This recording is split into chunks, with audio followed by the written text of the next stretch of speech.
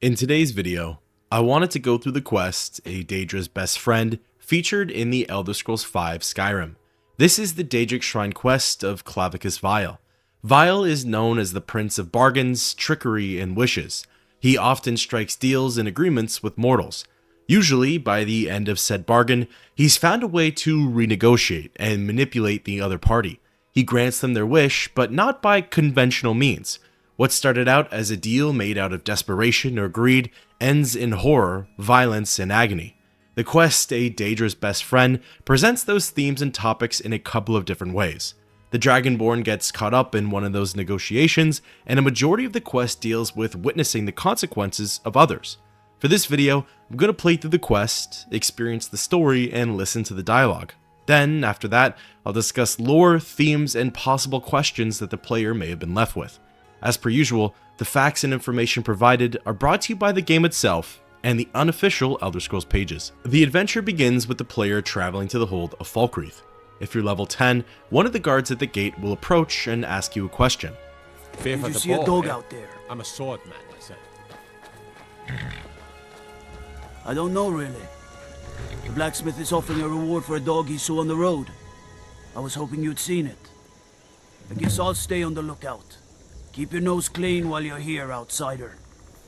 This activates a miscellaneous quest. Following the directions, the marker will point you to the blacksmith, Laud. It's here that he'll elaborate a little more on the dog. Did you see a hound on the road? Fine, strong creature that's been wandering near town. I asked the gate guards to look for him. I can't afford to chase him down, but could use a fierce, loyal beast to keep me company. If you are willing to retrieve him for me, I'd give you some fresh meat to attract him out on the road. Oh, it's a smart man to demand something up front for his work. Some gold now and some when I have my dog. Here's the meat. Running back to the gate and following the road out of town, it doesn't take very long for the player to run into the dog. What's more, upon coming into its line of sight, it'll begin to approach you and even speak. You are exactly what I was looking for. Yeah, Skyrim is now host to giant flying lizards and two-legged catmen. And you're surprised by me? Yeah, I just talked, and I'm continuing to do so. You see, my name is Barbas, and I have a problem I think you can help sort out. My master and I had a bit of a falling out. We got into an argument and it got rather heated. He's kicked me out until I find someone who can settle our disagreement. That's where you come in. You're very funny. My master's Clavicus Vile, Daedric Prince of Wishes. As you can imagine, he's quite the important person. Thank you. Now, since he banished me, Vile's been rather weak. He can't manifest very far from one of his shrines. I know there's a cult that worships him at Haemar's shame. We should be able to talk to him there. If this works out, I'll make sure you're rewarded. Hey, just don't trust any offer he makes you, okay?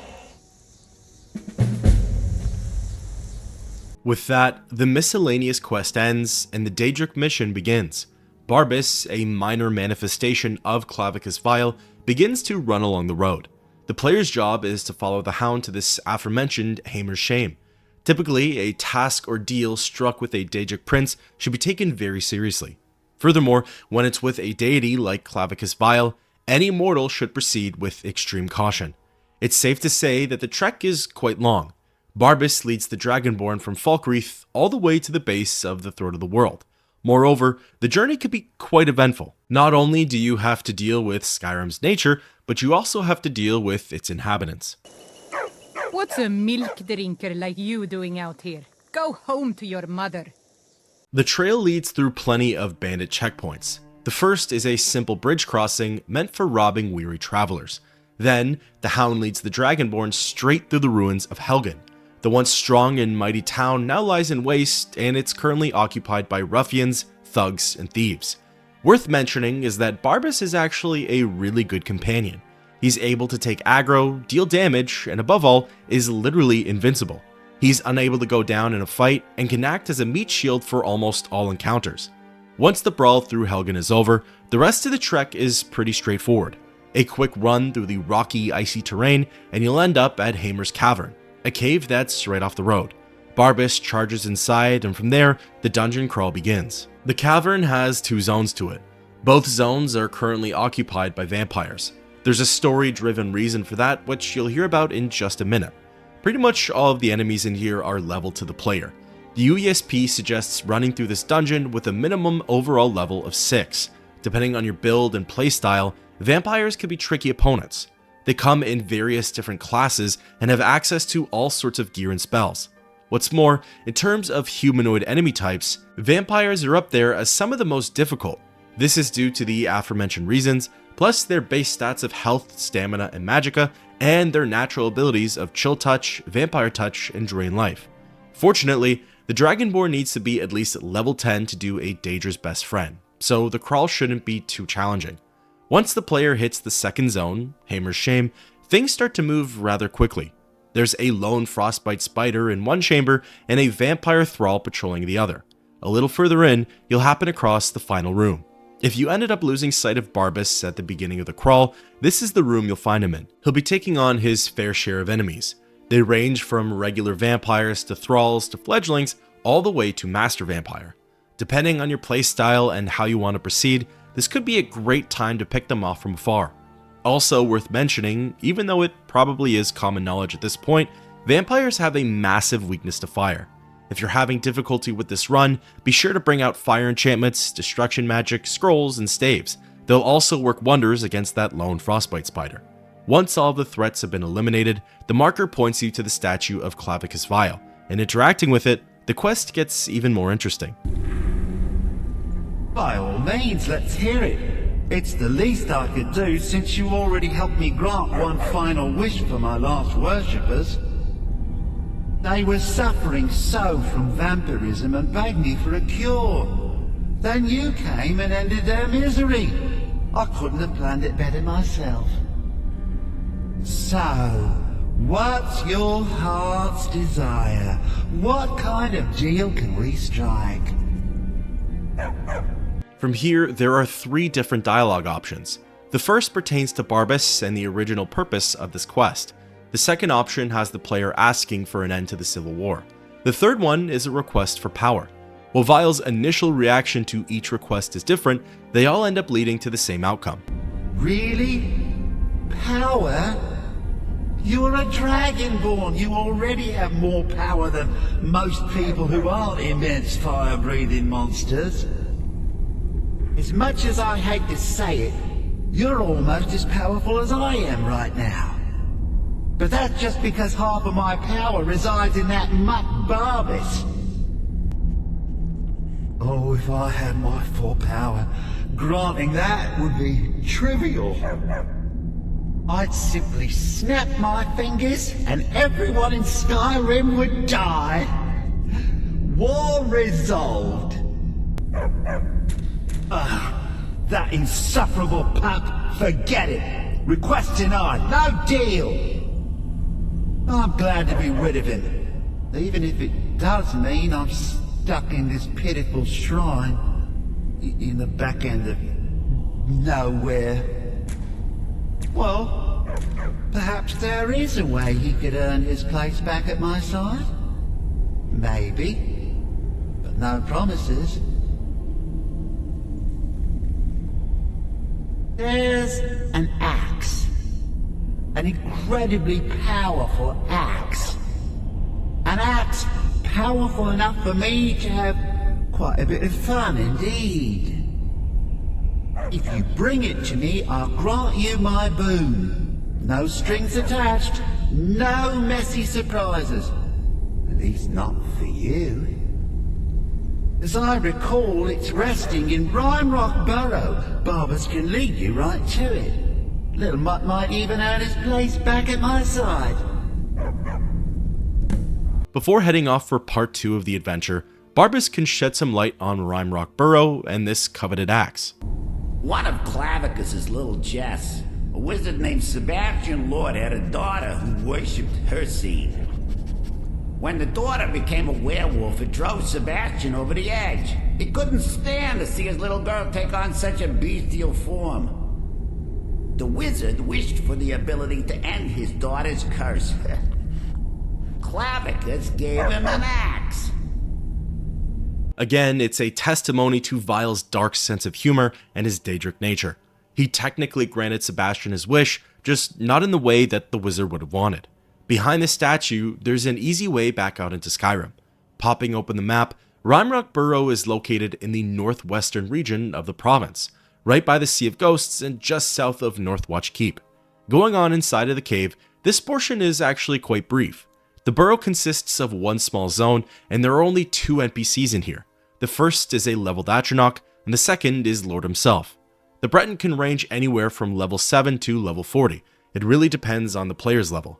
Since he's a conjurer, he fights with destruction, restoration, alteration, and conjuration magic. One-on-one, he could prove to be a tricky opponent. However, with Barbas by your side, the battle is made rather easy. Barbas can pull aggro and easily tank all of Lord's hits. In the meantime, the Dragonborn can swoop in and be the DPS. Once Sebastian has been defeated, the player can help themselves to any loot in the burrow, namely the boss level chest at the back of the chamber, as well as the Rueful Axe. This battle axe is a unique two-handed weapon. While its base damage depends on the wielder's two-handed skill, the enchantment deals 20 points of stamina damage to the target. As pointed out by the UESP, and is something that I experienced personally, the Rueful Axe is actually the slowest melee weapon in the game. According to the wiki, battle axes have an attack speed of 0.7. The Rueful Axe is placed at 0.5. For reference, Warhammers, which are typically the strongest melee weapons, have an attack speed of 0.6. If you can feel the difference between 0.7 and 0.6, imagine swinging around a weapon with 0.5. In any case, once it's in the player's inventory, you can leave Rimrock Burrow and return to Haemar Shrine. Along the way, if you're starting to like the axe, you can speak to Barbas and tell him how you feel about it. That's where he'll bring up the true reward for this quest. The axe isn't the only item dear old Clavicus has. Give him the Rueful Axe, and once we're reunited, the mask of Clavicus Vile will be yours. If you've played through Vile's Daedric Shrine quest in Oblivion, you'll notice how similar these quests actually are. A dark deed leads the player to a powerful weapon. From there, you're expected to exchange it for the mask of Clavicus Vile. Reaching the statue site, the player can interact with the shrine and wrap up the quest. Ah, you've got the axe. And my dog. Splendid. Excellent work. A hero and his faithful companion retrieving the ancient artifact for the prince. It's almost storybook. Ah, but it almost seems a shame to give a weapon like that away, doesn't it? I suppose I could be persuaded to let you keep it, but only if you use the axe to kill Barbas. Simple as that. From here, there are 2 options. Vile lets you decide whether you'd like to keep the Rueful Axe, or if you'd like to swap it for the mask. The former requires you to use the axe on Barbas, while the latter involves surrendering the weapon to the Daedric Prince. And I could absorb the spirit of poor dead Barbas. He'd still be reunited with me. And I'm sure Barbas doesn't want me to have that axe. He'd want it this way. The choice is yours, friend. We're all counting on you to make the right decision. Put him out of our misery. Choosing to speak with Barbas during this time will bring on the same dialogue as before. He'll tell you about the helm and how that's the real reward here. Exploring the Rueful Axe option first, one swing on the dog should do the trick. Absolutely. Now I can reabsorb his body and return to full power, all without having to listen to his whining. Oh sure, he'll be back in a century or 2. But think of the fun I can have till then.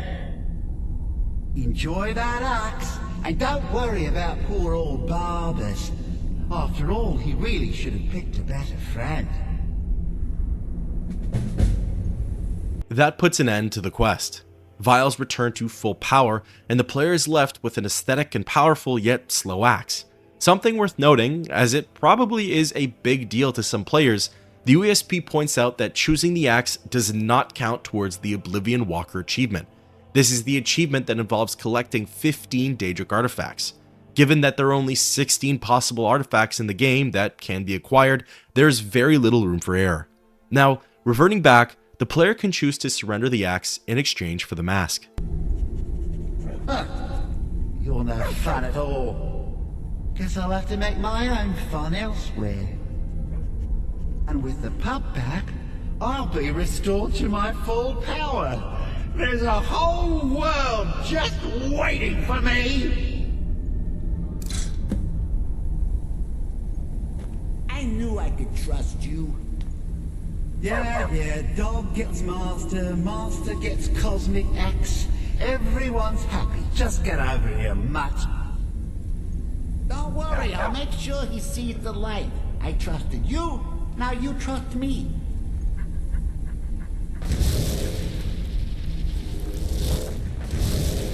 Ah, that feels so much better. You forget how nice supreme power feels until you've been stuck in a cave for a few years. It's a shame you wished for something so dull as me taking back the mutt.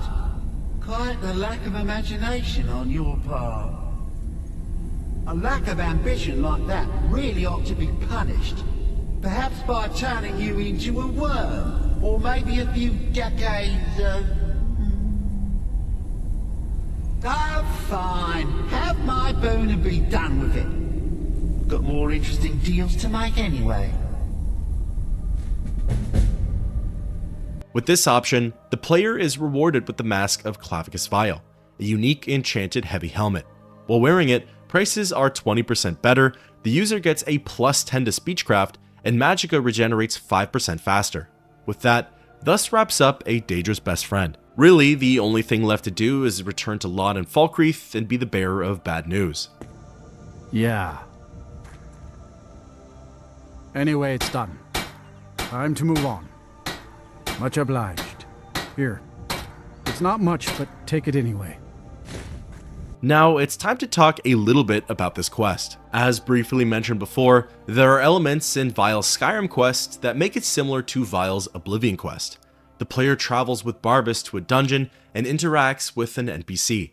Said NPC is the owner of one of Vile's unholy weapons. In Oblivion, Umbra possessed Umbra.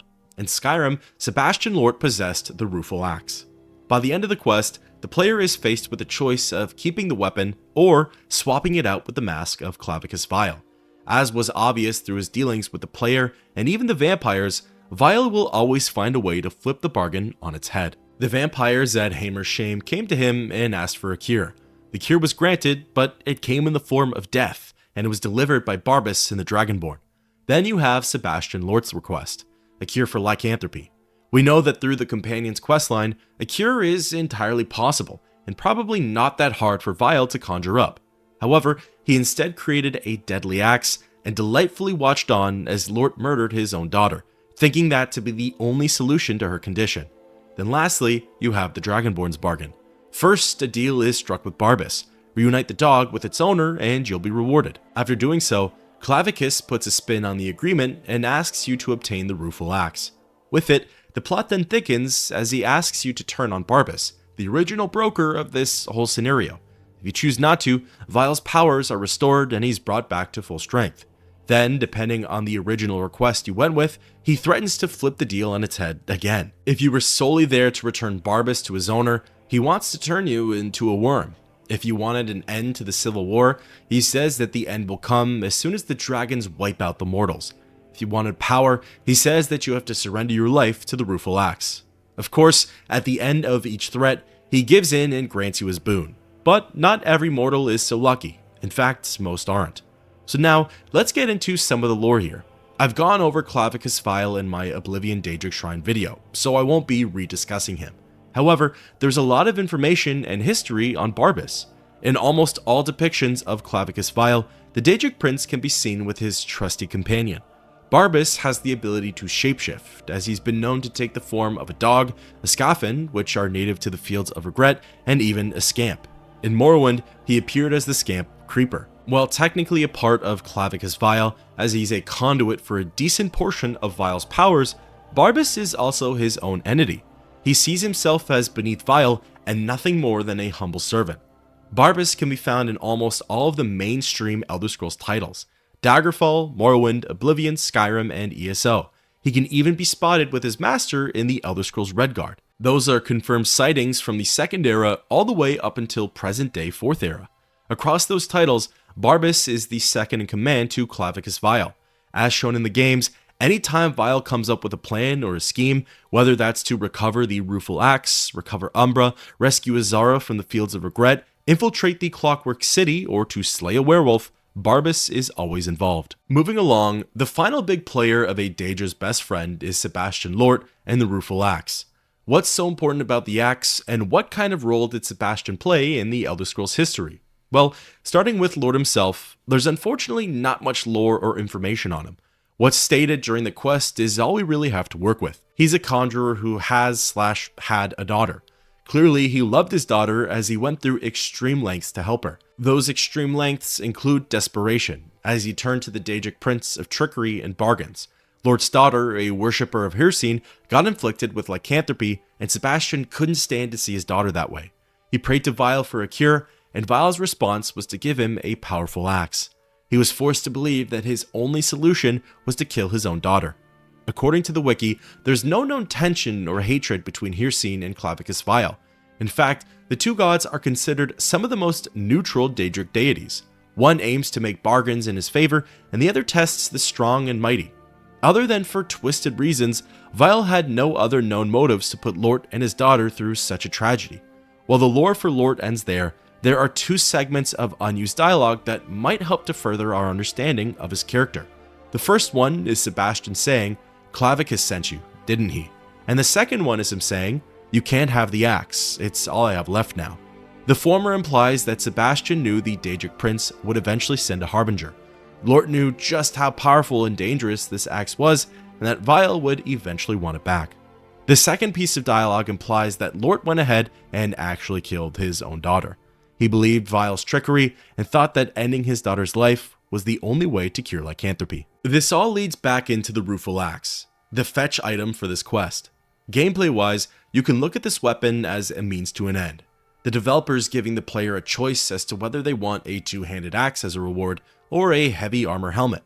Lore-wise though, it's intriguing to think of this axe's inception and what it's been used for. We know that it can kill a werewolf. Not only is it big and powerful, it also saps the target's stamina. Any beast or creature that abuses brute force relies on having a lot of energy in the tank. Take that away from them though, and they're just one giant target. As far as the Rueful Axe goes, it only appears in 3 of the Elder Scrolls titles. The first being Skyrim, the second being ESO, and the third being the Elder Scrolls Blades. The entry for the axe in ESO is unfortunately underwhelming. It's said that replicas of this unique axe were spotted across Tamriel, but it's never explicitly stated that any of them were the true artifact. However, how and why they were created is unknown. This could imply that the axe was given out to someone as early as the Second Age. Where the multiples came from though is anyone's guess. Maybe said someone had forged multiple copies of the axe in hopes of recreating its power. Perhaps multiple axes were forged in hopes of deceiving a third party. This was so no one else could get their hands on the blade. Maybe that even included Vile himself. The final part to all of this comes from the Elder Scrolls Blades, and interestingly, it could be the biggest clue into the axe's history. All we get from Blades is a description of the weapon. Who knows what terrible pact was sealed when Clavicus Vile, the Prince of Bargains, created the Rueful Axe, a weapon that steals strength as it cuts and tears. To me, this description, combined with all of the copies in ESO, likely implies that Sebastian Lort was not the axe's first owner, and that he won't be the last. I believe that Vile loans out the weapon to those who seek the destruction of some mighty foe. That foe could be a beast, a creature, some kind of entity, or even a powerful rival. In return, who knows what Vile asks for? Maybe it's their soul, eternal service, or the destruction of something else, something that's good and pure.